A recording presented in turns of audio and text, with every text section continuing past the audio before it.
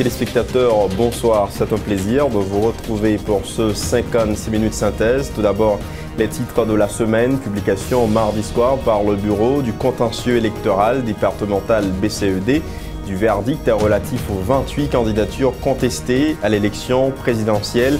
3 candidats sont écartés, Laurent Lamotte et Antoine Joseph pour absence de décharge. Anthony Bennett, pour sa nationalité américaine, les concernés ont fait recours par devant le BCEN.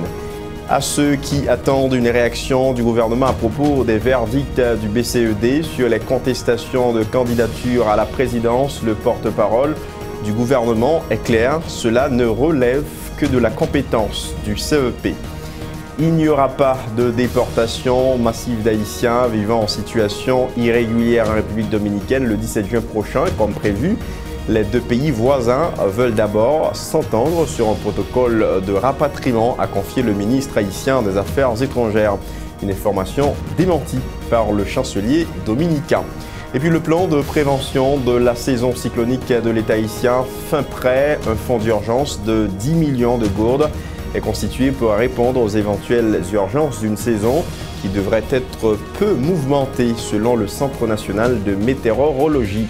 Tenu les 4 et 5 juin 2015 de la 21e édition de Livre en folie à Paris, gagné à nouveau pour la Unibank et le Nouvelliste, initiateur de cette fois qui a réuni des milliers de visiteurs, 169 auteurs en signature et proposé plus de 2000 titres cette année. À l'étranger, report à une date ultérieure des élections législatives et communales au Burundi, où la capitale est secouée depuis plus de mois par les manifestations contestant la candidature à un 3e mandat du président. Voilà pour les titres, mesdames, messieurs. À tout de suite. La NATCOM ne se soucie pas uniquement d'avoir la plus grande couverture réseau en Haïti, mais elle s'implique également dans le quotidien des Haïtiens et elle en est très fière. La NATCOM s'engage autant dans l'éducation que dans la santé. Avec le programme Internet à l'école, en partenariat avec le Conatel, ce sont plus d'une vingtaine de salles informatiques qui ont été offertes à des écoles publiques du département du Sud-Est. La NATCOM a comblé un vide dans les 10 départements avec des programmes mensuels en offrant des séances de consultation et des médicaments gratuitement. La NATCOM, c'est encore plus d'engagement. C'est un dévouement à la classe ouvrière grâce à son programme Corée Ouvrier. Ce sont des milliers d'ouvriers qui sont connectés à leurs proches grâce à NATCOM. La NATCOM, c'est aussi près de 30 points de vidéoconférence offerts au gouvernement haïtien. NATCOM, une présence qui se confirme de plus en plus. NATCOM, Yon Haïti, Yon Réseau.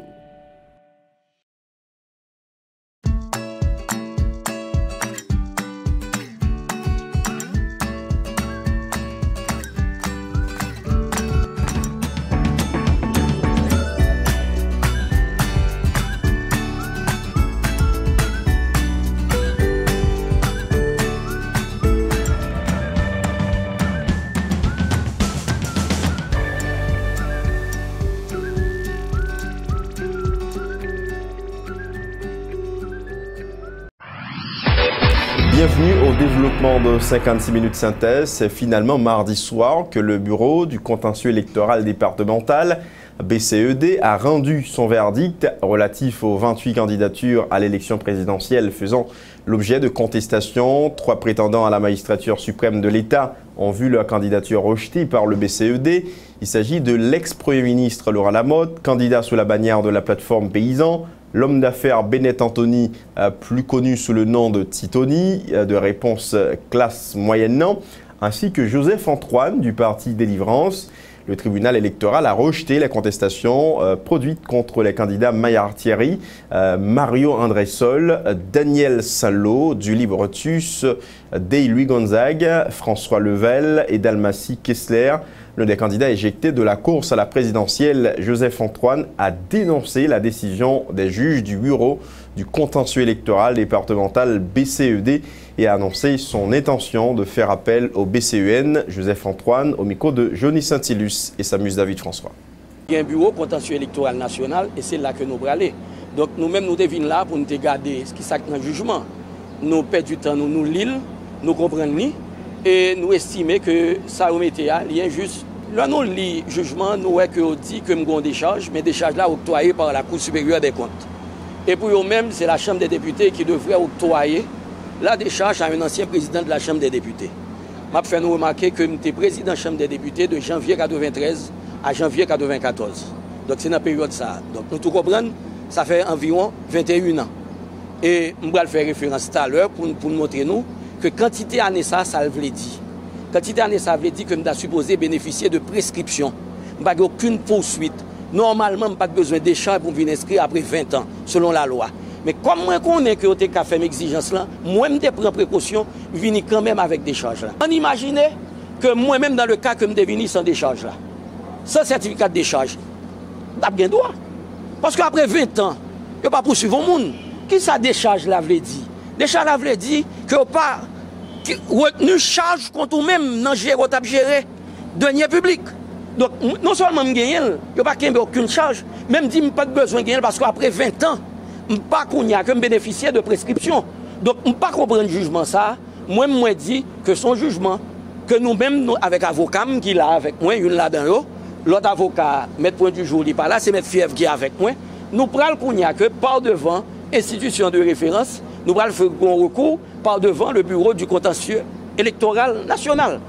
Plus de 48 heures après la publication du verdict du BCED relatif aux 23 candidats à l'élection présidentielle faisant l'objet de contestation, l'ex-premier ministre Laurent Salvador Lamotte, candidat à la présidentielle de 2015, écarté sur décision des juges du bureau du contentieux électoral départemental et ayant fait recours par devant le BCEN, a réagi vendredi sur la question de son éviction. L'ancien chef du gouvernement a affirmé être victime d'une injustice et d'un abus de la part des juges ayant entendu son cas de contestation au BCED.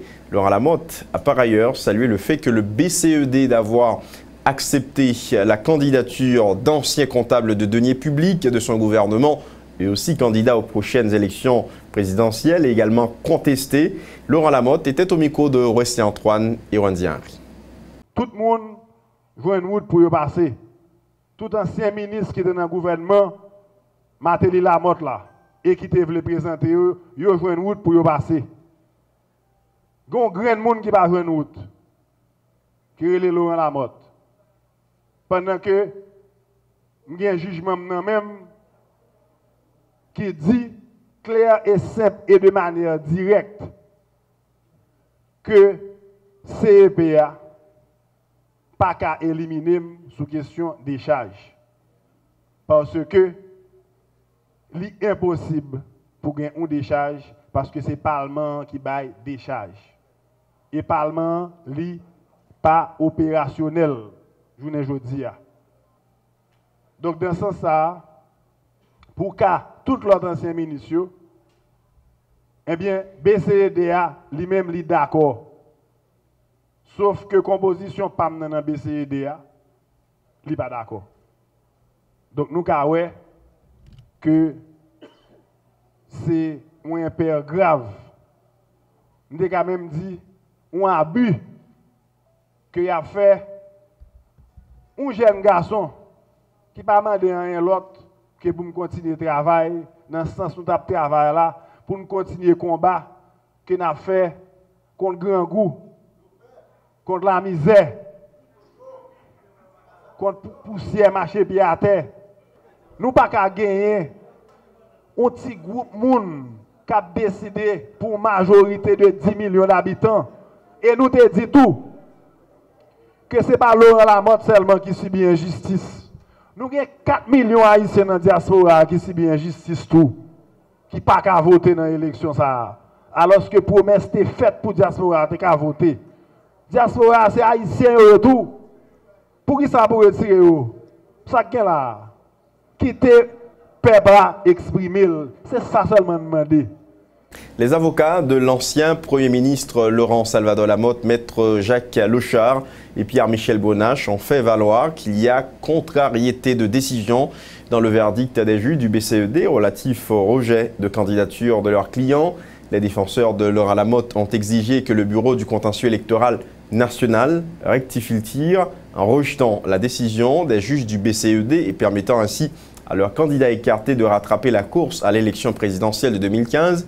Suivez les déclarations de maître Jacques Lochard et Michel Bonache, tous deux au micro de Rosley Antoine et Randy Henry. Même motif contestation, même tribunal, même contestataire, deux décisions totalement opposées, il y a en faveur d'un candidat qui n'a pas gagné ordonnance juge référé dans men, mais il a demandé pour l'appliquer par extension à lui-même, alors que l'autre qui gagne en même temps que il reconnaît que les dispensés de formalité des charges là, il a refusé, on dit bien refusé inscrit non dans liste candidat agréé.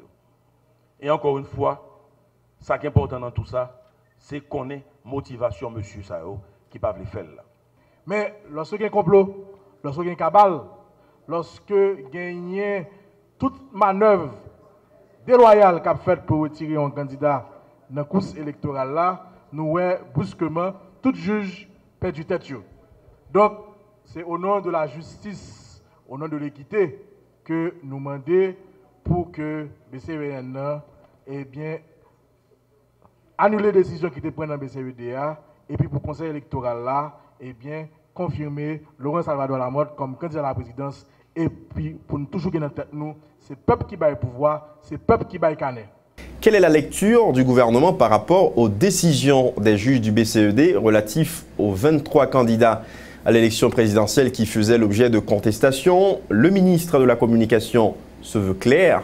Le verdict des juges du BCED concernant les cas de contestation des candidats à l'élection présidentielle de 2015 n'est qu'une affaire qui relève que du Conseil électoral provisoire, commente Rothschild François Junior, ajoutant que les actions du gouvernement sont destinées à créer les conditions favorables à la tenue de bonnes élections en Haïti. Le porte-parole du gouvernement appelle tous les secteurs vitaux du pays à œuvrer en faveur de la réalisation du scrutin. Rothschild François Junior. Encore une fois, ça me dit que toute étape qui franchit au niveau de CEPA, nous-mêmes, nous saluons le niveau du gouvernement. Et parce que nous croyons que faut que l'élection arrive déroulée en en Haïti pour capable renouveler le personnel politique là. Mais tout ça, pour ça qui concerne les décisions qui prennent de la part du CEP, c'est des décisions qui relèvent directement du Conseil électoral provisoire. Nous-mêmes, ça nous là pour le faire, c'est créer bonnes conditions pour l'élection arriver déroulée en Haïti. Assumer responsabilité nous jusqu'au bout, créer un espace, créer bonnes conditions pour que l'élection arrive déroulée. Nous-mêmes, n'a pas assumé responsabilité nous du côté du gouvernement et nous souhaitons encore une fois que tout secteur assume responsabilité pour nous aboutir à la tenue de ces élections. Nous-mêmes, élections à fait en Haïti. Il faut que l'élection faite pour capable renouveler le personnel politique. Le président dit, le Premier ministre Evans Paul dit, et des instructions très fermes nous-mêmes au niveau du gouvernement pour nous capable travailler, pour coller entre nous-mêmes pour que l'élection soit faite, créer bonnes conditions pour que CEP réalise l'élection. Mais tout le monde a parlé de questions de calendrier, tout ça dépend du Conseil électoral provisoire. Nous-mêmes, nous là pour appuyer, créer bonnes conditions, et ça, ça a fait aujourd'hui. Il y a un problème qui pose au niveau d'argent, et comme la pauvre fin de compte, pour capable réaliser l'élection. Et ouais, semaine ça, le chef du gouvernement, Evans Paul, fait qu'on est que, quel que soit cas de figure là, n'a pas assumé responsabilité, nous, au point de vue État, pour capable permettre que de débloquer quoi pour l'élection réalisée en ça. L'État haïtien est prêt à appuyer financièrement le processus électoral en vue de faciliter la tenue du scrutin dans le pays cette année. Selon des chiffres avancés par le Premier ministre Evans Paul, le gouvernement a déjà en ce sens débloqué 13 millions de dollars américains. Le chef du gouvernement a indiqué qu'un montant de 500 millions de gourdes est disponible pour le financement des partis politiques. Réagissant sur les déclarations de Thomas Adams concernant bien sûr l'organisation des élections en 2 temps, Evans Paul affirme qu'une telle déclaration n'engage que M. Adams. Il a expliqué que le gouvernement fera de son mieux pour trouver des fonds destinés à financer les élections dans le pays. Le Premier ministre Evans Paul. L'État haïtien a déjà débloqué plus que 13 millions de dollars américains. L'État haïtien a déjà disposé d'une enveloppe de 500 millions de gourdes pour financer partis politiques selon Jean-Lalois Mandel.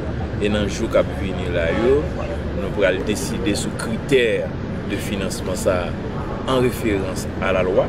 Le Conseil électoral là, c'est une responsabilité légale selon décret qui régit l'élection pour administrer l'élection.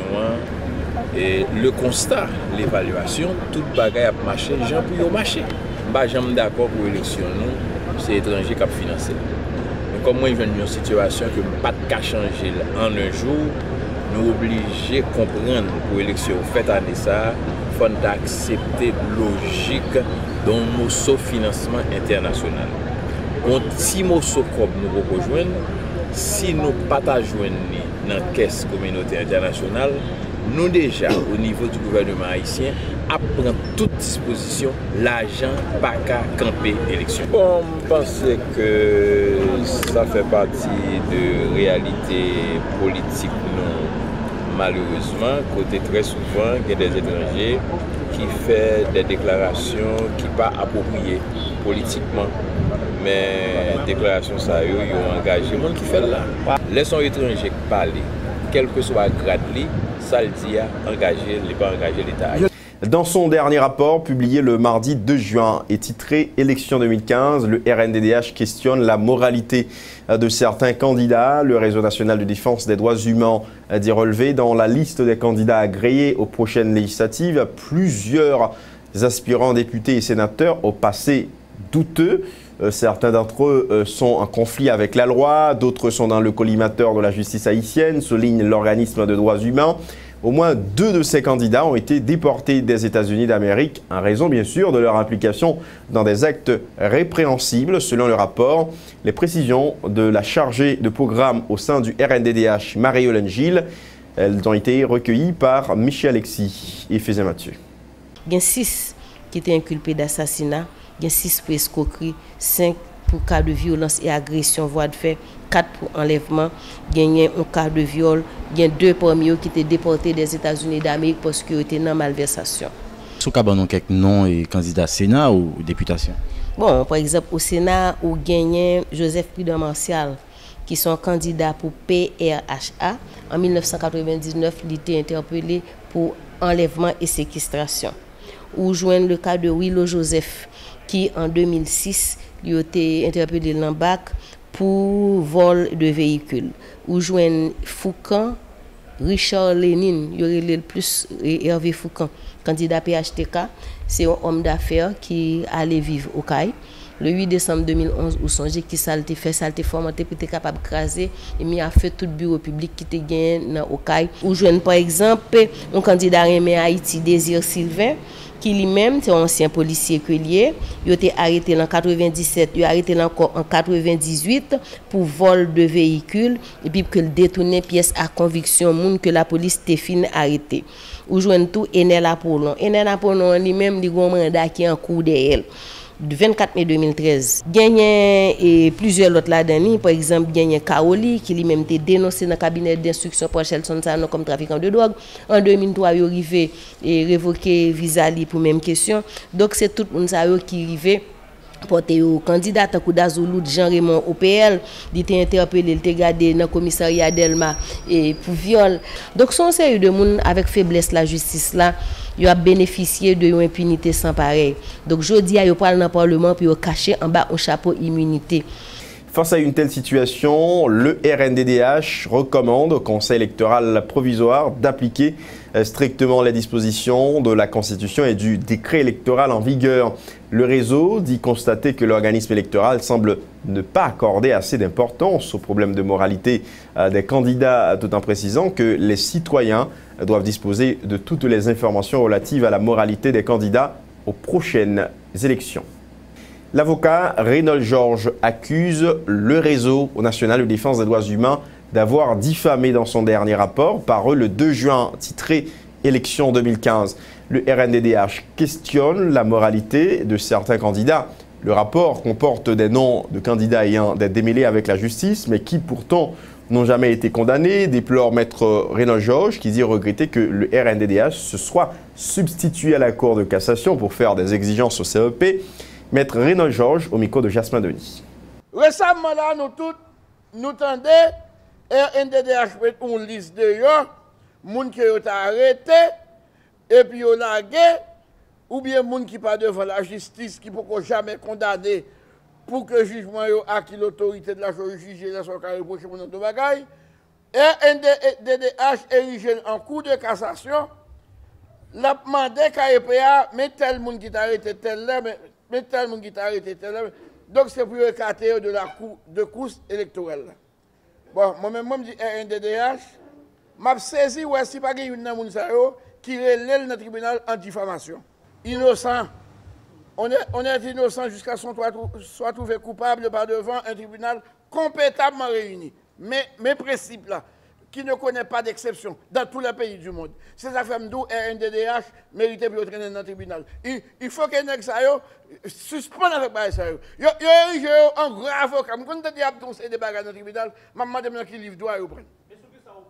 Affaire à Nzunaya Bélange Jean-Baptiste, l'ex-député de la 49e législature dans le collimateur de la justice haïtienne, accusé d'être l'auteur intellectuel aux complicités d'assassinat du policier Walkie Calixte en 2012. On se le rappelle, selon l'arrêt de la Cour d'appel de Port-au-Prince, ses défenseurs, dont l'avocat Reynold Georges, ont monté au créneau mercredi dernier pour dénoncer des irrégularités dans la décision de la Cour d'appel, soutenant qu'une telle mesure de la Cour ne peut être exécutée sans avoir été signifiée à la partie défenderesse. Les avocats de Nzunaya Bélange Jean-Baptiste parlent même de complot contre leurs clients. Écoutons à ce sujet Maître Reynold Georges. Et ça qui est étonné maintenant de ça récemment, les arrêts à fin sorti, le ministère public, le commissaire Adeline, notre famille a échappé, il fait taper dispositif jugement livré par le commissaire Octam. Parce que on est content par quoi la donne, parce que c'est l'ordonnance du cabinet d'instruction. Or, jusqu'à date, quand on m'a parlé avant là, arrêt ça, il va signifier. Or, pour une décision opposable à Yumoun, faudrait-il bien qu'il signifie d'abord. Et pour exécuter ce dispositif-là, il faut que, nécessairement, impérativement, que les voies de recours sont épuisées. Or, dans ce cas, à encore l'article 323 du Code de procédure criminelle, nous gagnons 3 jours francs pour nous faire cassation, 3 jours francs égale 5 jours normal, et dans ce cas précis, le pouvoir est suspensif. Il n'y a pas qu'à arrêter. Nous recommençons quand la procédure recommence. Donc, ça a seulement montré que son dossier complot. Et que nous-mêmes, nous avons gourmé pour nous faire comploter ça, faire échec dans le plan ça que vous gagnez. Une rencontre d'échange s'est tenue vendredi dernier entre des responsables de l'organisation féminine Formula et des femmes candidates aux prochaines élections législatives de 2015 pour le département de l'Ouest. Il s'agissait pour l'organisme Formula de permettre aux candidates de discuter des problèmes qu'elles rencontrent au cours du processus électoral et de mieux cerner le véritable rôle de parlementaire, un exercice que Formula compte répliquer dans les autres départements du pays. Lisa François est la directrice exécutive de Formula. Elle était au micro de Yvan Seyit. Et une chose qui est importante, c'est que toutes mesdames, c'est des mesdames qui sont agréées par le CEP. Donc, c'est des gens qui peuvent aller dans l'élection. Donc, permettre de rencontrer, permettre de réfléchir, permettre de poser ensemble, chercher ensemble réponse à un ensemble de problèmes qu'il y a rencontrés dans le processus-là. Particulièrement, il y a un problème qui est plus important pour eux, c'est le problème de joindre l'argent. Et tant qu'on connaît l'élection, coûte comme. Et fort souvent, la réalité parti fait que parti n'a pas de gros moyens pour permettre d'accompagner mesdames jusqu'au bout dans le processus-là. Justement là, il concernait mesdames qui candidatent pour l'Ouest. Et femmes là pour gagner pour aller dans l'autre département, aller faire même rencontre d'échange ça, justement dans l'autre département. Pour l'Ouest, il y a 44 femmes qui candidatent aux législatives. Et toutes invitées là. Pour le moment, nous avons 35. Donc, il y a une dizaine qui a venu en mi-journée, qui ont l'autre engagement. Ils sont sortis dans toute partie qui est dans le processus là et qui présentent femmes. Il faut que nous clairons. Toute partie qui est dans le processus là, qui présente femmes, toutes là. On me dit, le premier bagage là, c'est attendre à ce que mesdames font certaines connaissances. Pour que ce n'est pas là qu'ils arrivent dans le Parlement, ils vont le contrer l'autre pour la première fois.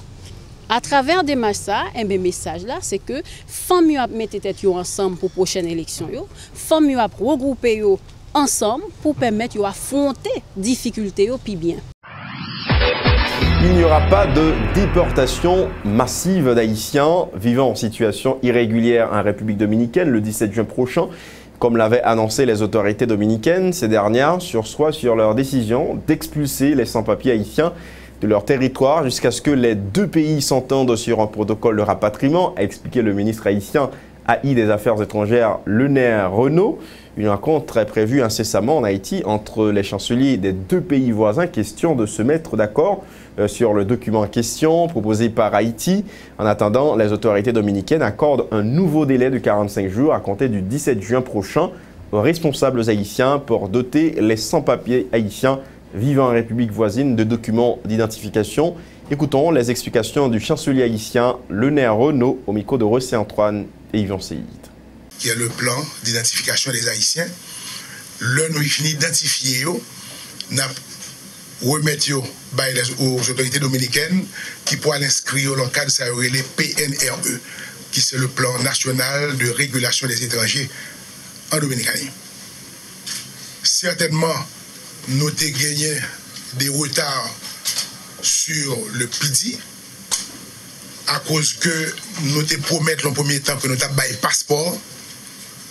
Et nous tous connaissons que qui problème qui était posé avec nos fournisseurs, nous pas de gagner passeport à temps.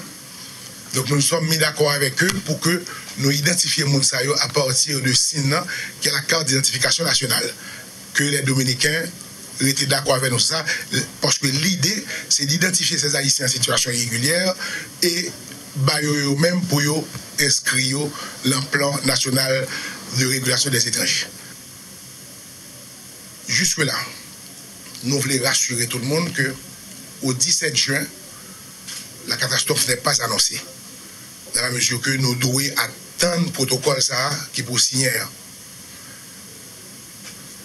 La République dominicaine a formellement promis que cette notion de déportation en masse pas existé.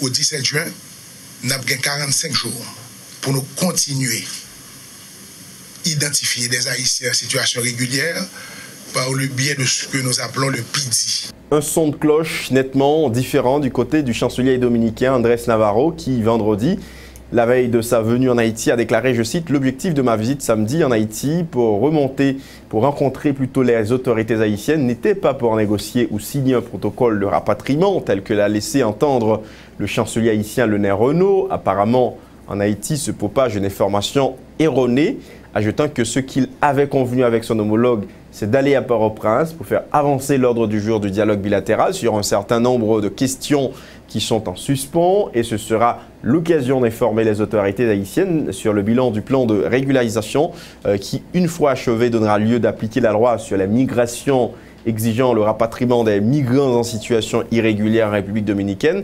C'est dans cette optique qu'il vient en Haïti pour discuter du mécanisme de déportation et donner la garantie aux responsables haïtiens que les droits des rapatriés seront respectés. Il faut dire que le gouvernement haïtien a déjà identifié 2 points frontaliers pour accueillir les compatriotes haïtiens ciblés par le projet de rapatriement des autorités dominicaines. La ville frontalière de Ouanamet, dans le département du Nord-Est, et la zone de Malpasse, frontalière avec la République voisine. Les autorités haïtiennes ne disposent d'aucun chiffre jusqu'à présent concernant le nombre de compatriotes haïtiens en République dominicaine ciblés par la déportation. Certains Haïtiens en situation irrégulière en territoire dominicain jugent irréaliste que les responsables haïtiens parviennent à leur fournir les documents d'identification dans le délai imparti par les autorités dominicaines, à raison notamment de la lenteur mise par le gouvernement haïtien à délivrer les pièces d'identification. De plus, le plan national de régularisation des étrangers en République dominicaine exige des documents fort souvent à trouver en Haïti, expliquent plusieurs compatriotes haïtiens en République dominicaine. Suivez ce reportage signé Rosley Antoine et Wendy Henry. À compter du 17 juin 2015, les autorités haïtiennes ont 45 jours supplémentaires pour identifier les milliers de sans-papiers haïtiens résidant en territoire voisin afin de leur éviter le rapatriement. Un délai qui semble ne pas être réaliste de l'avis de plusieurs compatriotes évoluant en République dominicaine, condamnant la lenteur des responsables haïtiens à délivrer certains documents d'identification. Un pays où tu connais ou connais pour les Haïtiens aller, où tu es supposé pour disposition pour faire tout le monde qui a fait passeport, son paquet l'argent, des passeports, son paquet 3 000, $350 pour faire un passeport. Est-ce que ça c'est sérieux? Depuis 11 août, nous couchons un passeport. Nous renouvelons un passeport. Renouveler. Et bien fait. Nous renouvelons un passeport pour que j'aime pas nous. Être détenteur d'un passeport ou d'une carte d'identification nationale ne suffit pas pour régulariser le statut des Haïtiens en situation irrégulière sur le sol dominicain. Car pour se faire enregistrer au plan national de régularisation des étrangers en République dominicaine, il faut des documents additionnels, fort souvent difficiles à se procurer. J'ai un passeport. J'ai 4 passeports filés dans la terre, avec tout visa. Mais qui papier a parlé là? Papier, Dominique, on m'a demandé pour nous papier. Ils ont demandé pour nous résidence là, mais ils ont dit nous faut nous bail, ils ont bon papier, que papier ont demandé nous on a cherché de tous côtés nous pas joindre. Les sans-papiers haïtiens présents sur le sol dominicain en quête d'une vie meilleure se comptent par milliers. Ces compatriotes nourrissent l'envie de retourner vivre dans leur pays natal, moyennant la garantie de certaines conditions comme l'accès à l'emploi. Dans le pays, il faut mettre travail pour tout le monde travaille. Si tu as travail dans le pays, nous ne allons pas venir dans le Dominicain. Ça nous devons faire dans le Dominicain. Nous avons sorti à l'aise dans le Dominicain. C'est pour mettre travail dans le pays, nous pour tout le monde vivre. Dès tout le monde qui travaille dans le pays, nous pour nous tous vivre, parce que nous ne pas venir dans le Dominicain, ça nous vient faire dans le Dominicain. En attendant, plusieurs Haïtiens vivant en terre voisine affirment être prêts à rentrer au bercail en cas d'une éventuelle déportation. C'est la position de cette Haïtienne qui vit en République dominicaine depuis 7 ans. Pays mais pour moi lié, moi toujours camper prêt. Pays mais pour moi lié, yo vle voyer madame brale. Et pour moi pays mieux, toujours dit au salariat, me dit pays c'est pour moi lié. Et là me fait. Malgré l'annonce de la déportation massive par les autorités dominicaines, des Haïtiens illégaux en territoire voisin persistent à traverser la frontière haïtiano-dominicaine en quête de mieux-être. Entre-temps, les autorités haïtiennes et dominicaines se préparent à signer un protocole d'entente concernant les mécanismes de rapatriement des Haïtiens ciblés par l'immigration dominicaine. Nous remercions notre collaborateur Esaü César qui a contribué à la réalisation de ce reportage spécial. L'initiative de la société civile salue le moratoire de 45 jours accordé par les responsables dominicains aux autorités haïtiennes pour identifier les sans-papiers haïtiens vivant à un territoire voisin avant de procéder à leur rapatriement. Le directeur exécutif de l'ISC, Ronnie Desroches, estime cependant que ce délai est insuffisant compte tenu, dit-il, du nombre de compatriotes en situation irrégulière en République dominicaine. M. Desroches explique toutefois que les autorités dominicaines ne peuvent aller au-delà des raisons, en raison bien sûr des pressions exercées par la classe politique de la République voisine sur le gouvernement dominicain par rapport à la question des Haïtiens. Ronnie Desroches au micro de Michi Alexis et Maxo Joseph. Écoutez, nous-mêmes, nous pensons que ce sont excellentes choses.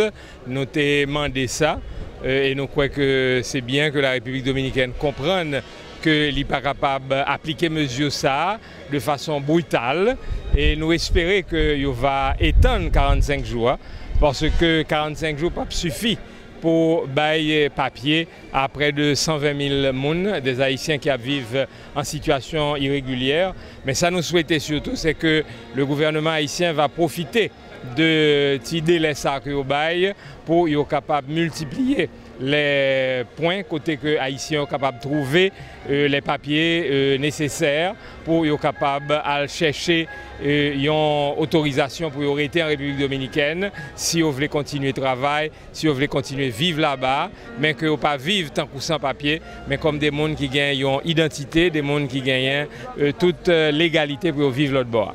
La République dominicaine n'est pas capable de bailler plus, à mon avis, parce qu'on connaît que dans la période électorale et que question migration haïtienne sont thème électoral extrêmement important. Donc certainement, le gouvernement place ça, il ne peut pas paraître trop faible en donnant un délai trop grand, même penser que peut-être qu'il est capable de reconsidérer ça et nous plus de temps pour nous capables de mettre les citoyens en règle. Il faut que nous prévoyons la possibilité que Guénan qui est capable de joindre papier. Et de toute façon, les Dominicains, ils ont des critères pour délivrer papier. Donc s'il y a un refoulement, il faut que nous préparions tout pour nous capables de recevoir dignement et l'aide qui est nécessaire pour être capable de réinsérer dans la vie haïtienne.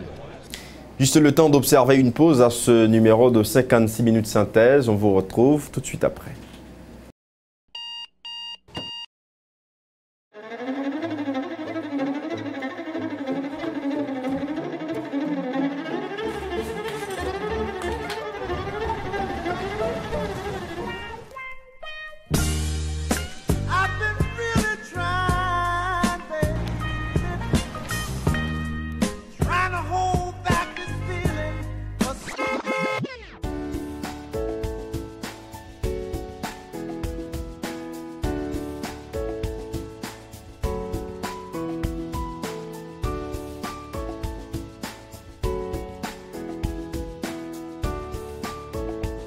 démaquillant, lotion après-rasage et lotion rafraîchissante. Limacol, la fraîcheur de la brise dans une bouteille. Limacol est un produit de la Disprophar en vente dans tous les supermarchés et les pharmacies. Bienvenue dans la seconde tranche de 56 minutes synthèse, début le lundi 1er juin de la saison cyclonique qui durera jusqu'au 30 novembre 2015. À cette occasion, le Premier ministre Evans Paul, des responsables de la protection civile, du Centre national de météorologie d'Haïti ont lancé officiellement le plan de prévention de la saison cyclonique de 2015, local du Centre d'opération d'urgence nationale, COUN, à Delma 2. Le chef du gouvernement a rappelé la vulnérabilité du pays par rapport aux intempéries, a profité pour faire part des dispositions de l'État en vue de répondre de manière significative en cas de désastre. Evans Paul a en outre appelé la population à la vigilance durant toute la saison cyclonique. Ces propos ont été recueillis par Ronald Desormes et Samus David François. Alors, dans toute disposition, ça y est, gagner renforcement capacité d'intervention 350 comités communaux et locaux dans chaque commune et dans pile et communauté locale, gagner des comités de protection civile. Eh bien, tous les comités ça yo renforcé, j'arrête. Gagner tout plan de contingence national là et gain 10 plans de contingence dans 10 départements géographiques pays, c'est-à-dire que dans chaque département, il y a un système d'urgence qui est capable de permettre, si il y a un problème, de manière capable de dire autonome, déconcentré, le département a une capacité pour faire face à la situation présentée pour eux.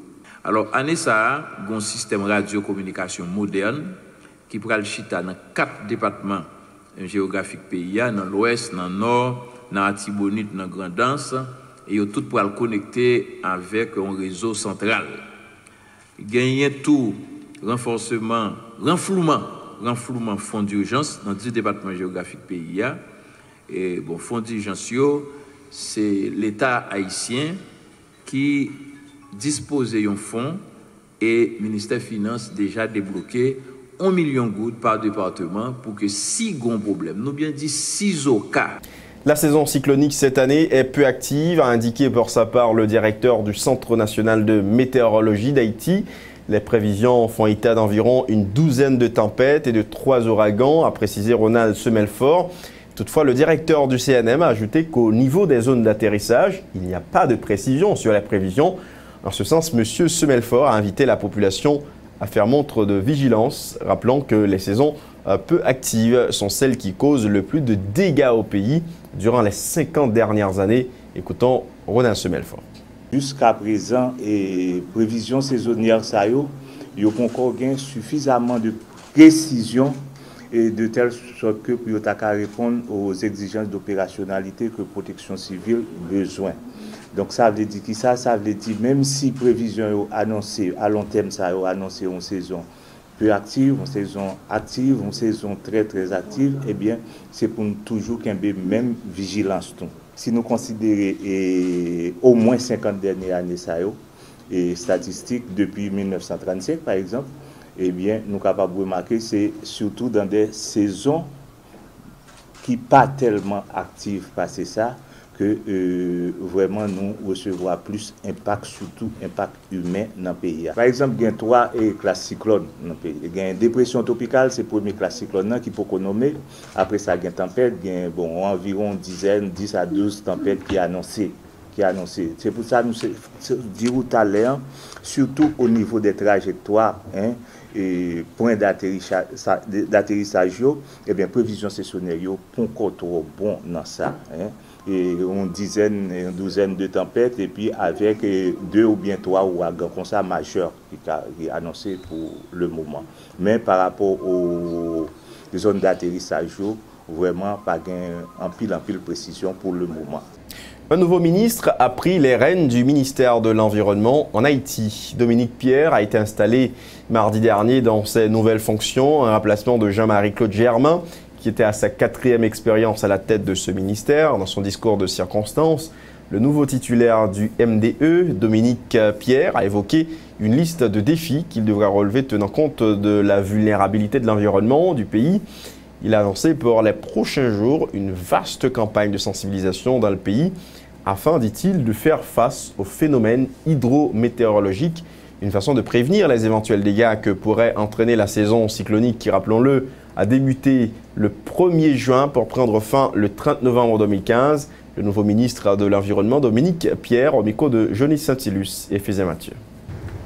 La situation environnementale du pays est très alarmante et caractérisée par un seuil élevé de dégradation et un déséquilibre progressif. Cette situation se manifeste par une érosion excessive en maint endroit du territoire national, par la détérioration du cadre de vie, par une faible productivité agricole, par une grande vulnérabilité par rapport aux risques et désastres naturels. Pour parer aux éventuelles menaces hydrométéorologiques de la prochaine saison cyclonique, un vaste programme de prévention des zones vulnérables et précaires va être élaboré rapidement en milieu rural cubain. Les défis sont importants et la tâche est à dur. Mais cette tâche, je présume, n'est pas au-dessus de nos moyens, pourvu nous ayons froid. C'est le ministre de la Communication qui a procédé à l'installation du nouveau ministre de l'Environnement. Rothschild François Junior a rappelé au nouveau titulaire du MDE que l'environnement représente l'un des E programmatiques de l'administration Martelly-Paul, reconnaissant que la tâche qui attend le nouveau ministre est ardue. Le ministre de la Communication a dit compter sur son passé dans l'administration publique pour bien remplir son rôle dans l'exercice de sa nouvelle fonction. Autre point à ce 56 minutes synthèse, en parlant bien sûr d'environnement, justement, abordons le dossier de la sécheresse qui affecte des communes de 5 départements du pays depuis quelque temps. Les agriculteurs s'alarment face à la perte des récoltes de la saison printemps, une sécheresse inattendue résultant du changement climatique et qui risque d'avoir de lourdes conséquences sur les secteurs de l'agriculture, l'économie et la santé. Dans les prochains jours, dans la commune de Tiot, dans le département du Sud-Est, les cultivateurs sont aux abois et appellent à une réponse urgente des responsables étatiques. Suivez ce reportage spécial signé Ludmilla Marc et Yvan Seïd. À Tiot, la situation reste extrêmement préoccupante. Après plus de 3 mois de sécheresse, les premières pluies s'abattent sur une commune paralysée. Les familles qui pratiquent l'agriculture sont aux abois parce que les récoltes de printemps ont avorté.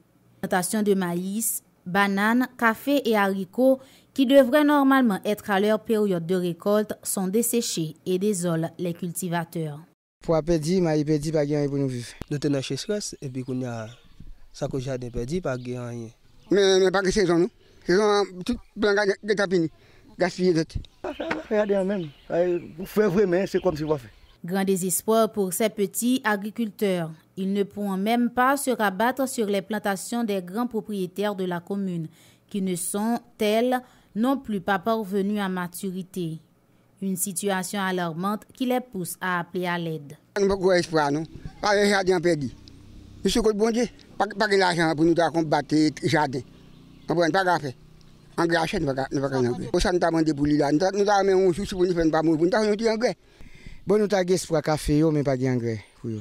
Outre l'agriculture, le fonctionnement des foyers est également affecté par la sécheresse. Pour certains habitants, ces premières pluies sont loin de pouvoir résoudre le problème et soulager leur misère. C'est sous-ti de moitié m'a vivre, m'pas quand rien.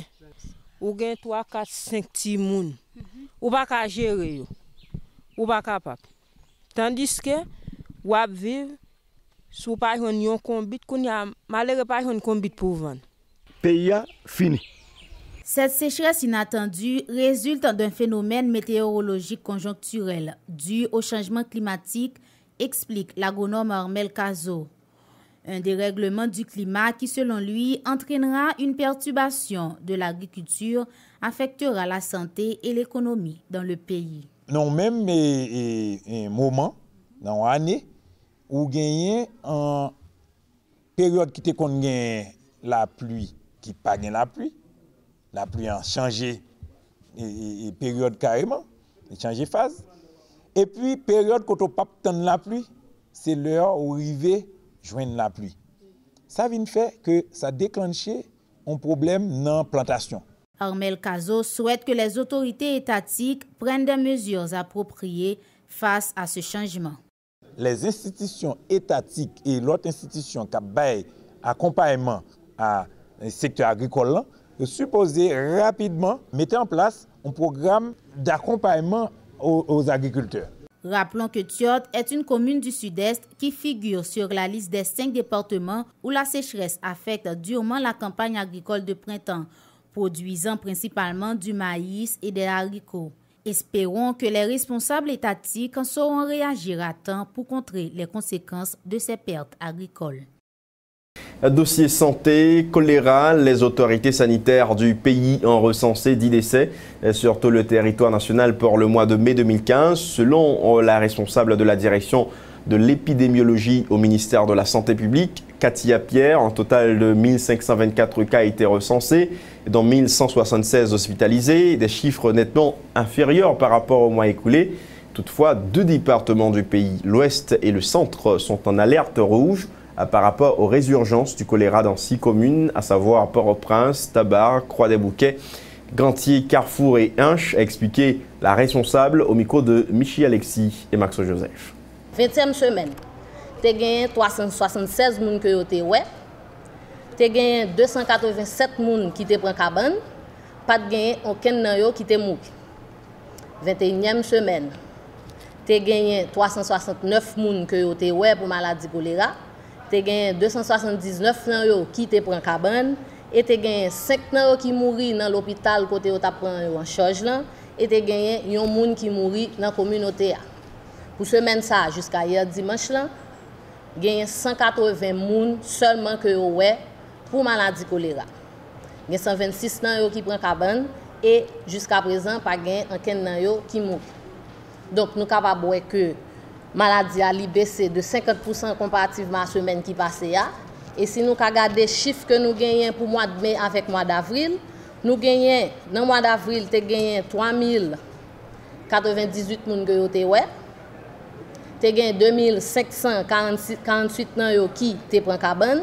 Nous gagnons 17 personnes qui ont mouru dans l'hôpital. Nous gagnons 2 personnes qui ont mouru dans la communauté. Et pour le mois de mai, tu as gagné seulement 1524 qui viennent dans l'institution, tu as 1176 qui prennent cabane, tu as gagné seulement 7 qui mourent et ensuite tu as gagné 3 qui mourent dans la communauté. Donc, nous sommes capables de voir avec chiffre que la maladie a vraiment baissé graduellement. Et ça prouve tout que le ministère arrive à maîtriser la situation. Les autorités sanitaires du pays appellent au respect des principes d'hygiène consistant entre autres à bien laver les aliments avec de l'eau traitée, à utiliser du chlore et du savon pour se laver les mains. La 21e édition de Livre en Folie a démarré comme prévu le jeudi 4 juin au parc historique de la Canne à Sucre à Tabar. Pour prendre fin vendredi, cette grande foire du livre est une initiative conjointe du journal Le Nouvelliste et de la banque privée Unibank. Au cours de la première journée, écrivains et lecteurs se sont retrouvés dans une ambiance chaleureuse. Des personnalités de la classe politique haïtienne, de la société civile, du monde des affaires ont fait le déplacement. 169 auteurs haïtiens et étrangers étaient en signature. Cette année, Michi Alexis et Maxo Joseph vous présentent un reportage. Suivez. Enthousiasme, convivialité, retrouvailles, rencontres et échanges, voilà entre autres ce qui a caractérisé la première journée de la 21e édition de Livre en Folie. Cette grande foire du livre a été marquée essentiellement par la présence au parc historique de la Canne à Sucre de 169 auteurs haïtiens et étrangers. L'ancien président haïtien Prosper Avril y signe ses ouvrages. À travers ses écrits, l'ancien général des forces armées d'Haïti démontre l'importance de l'histoire dans le développement d'un pays. Bon, et fois ça, moi j'ai 2 ouvrages en signature. Le dernier que moi fait écrit, c'est l'aventure militaire des 13 guerriers de Jeune Haïti. Et une m'a écrit il y a de ça 18 mois, presque l'année passée, presque, le Mupana, un monde à découvrir. L'histoire, c'est la base du développement d'un pays. Si vous ne connaissez pas ce qui s'est passé, vous ne pouvez pas corriger pour demain. Haïti et l'écriture sont mes seules passions, révèle l'écrivain Jerry Tardieu, participant à cette foire livresque. Ces deux ouvrages parlent de sa vision du développement d'Haïti. Mon première passion c'est Haïti, mon deuxième passion c'est l'écriture. Marié de passion ça, m'écrit sur Haïti. C'est pour ça que nous dans Livre en Folie, année ça, moi présenté deux ouvrages. Moi présenté un ouvrage que j'ai publié déjà en 2005, qui est L'avenir en face, Haïti à l'épreuve de la mondialisation et du défaitisme de ses élites. Et moi présenté un ouvrage que tout le monde connaît, qui est ce dernier ouvrage, qui c'est Investir et s'investir en Haïti, un acte de foi. Et moi content en pile, moi en pile monde débarqué, en pile monde vient prendre livre depuis le matin et moi recevoir en pile fanatique, m'a dit merci. L'invité d'honneur de l'édition 2015 de Livre en Folie, Sito Kavé, est satisfait d'être aux côtés des jeunes amants de la lecture. Le parolier souhaite que cette tradition annuelle perdure. C'est un immense plaisir d'être ici, d'être avec des jeunes, d'être entouré d'un public qui est venu pour le livre, parce que le livre a une place importante, il prend une place importante chez nous. Je crois que c'est une magnifique initiative. Présent à ce rendez-vous littéraire, le ministre de la Communication salue une initiative excellente qu'il encourage les organisateurs à maintenir. Et même son activité m'a participé là-dedans presque chaque année. J'ai été commencé au niveau du complexe promenade Pétionville et là donc jusqu'à ce que je vienne transférer ici là. Donc son excellente initiative de la part de Nouvelis avec Unibox. Ça montre encore une fois que des gens dans le pays qui ont pensé à la culture, qui ont pensé à savoir. Et nous-mêmes au niveau du gouvernement, nous appuyons fermement cette initiative. Livre en Folie en est à sa 21e édition cette année. La foire a reçu 169 auteurs en signature et proposé près de 2000 titres. Un petit coup d'œil à l'étranger à présent, report des élections législatives et communales au Burundi, un scrutin qui était censé se tenir à vendredi dernier et la présidentielle le 26 juin prochain ont été repoussés à une date qui sera ultérieurement fixée par la commission électorale, annoncée mercredi soir à la présidence.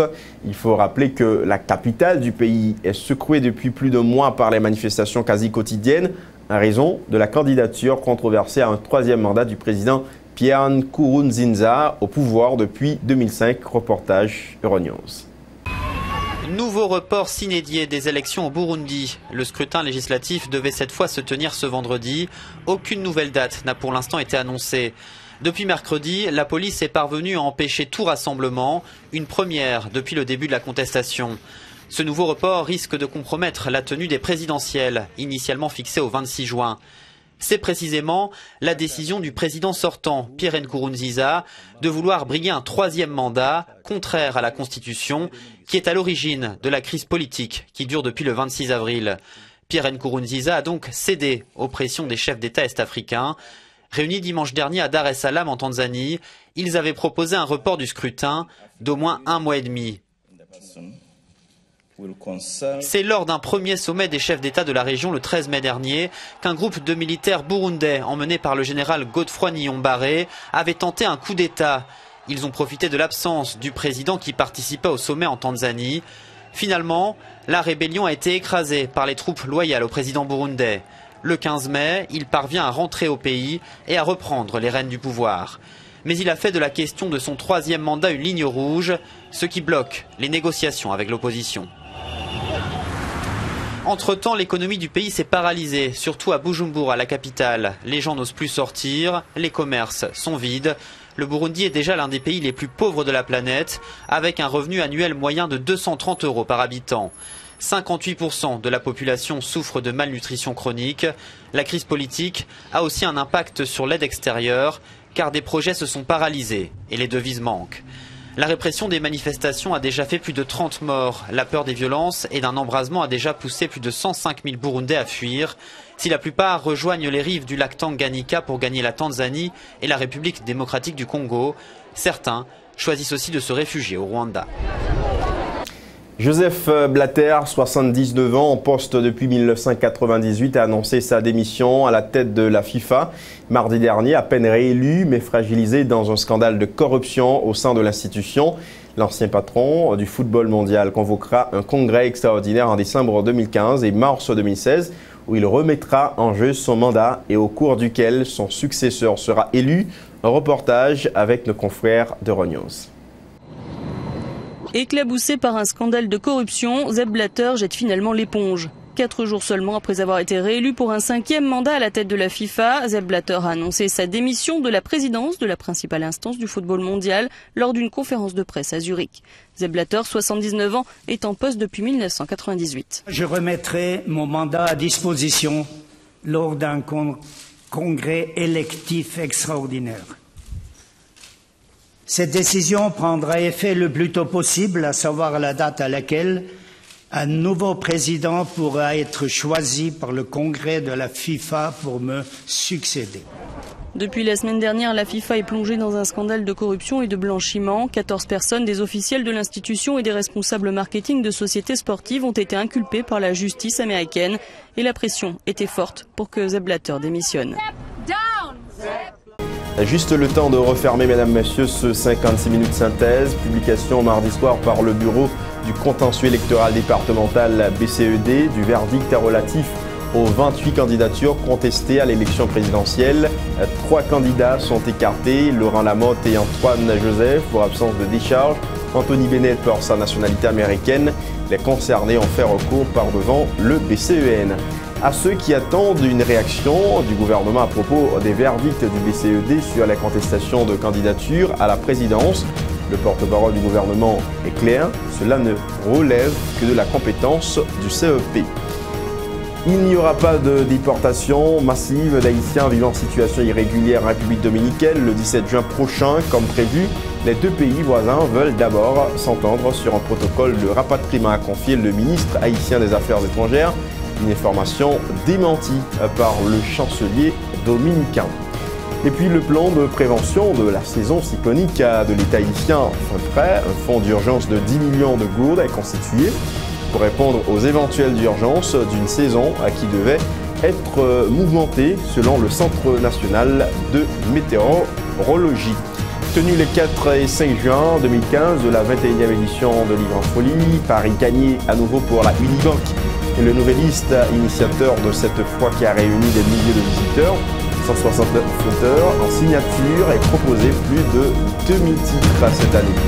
À l'étranger, report à une date ultérieure des élections législatives et communales au Burundi, où la capitale est secouée depuis plus de mois par les manifestations contestant la candidature à un 3e mandat du président. C'est pratiquement la fin de ce 56 minutes synthèse, mesdames, messieurs. Merci à vous de l'avoir suivi. À la semaine prochaine.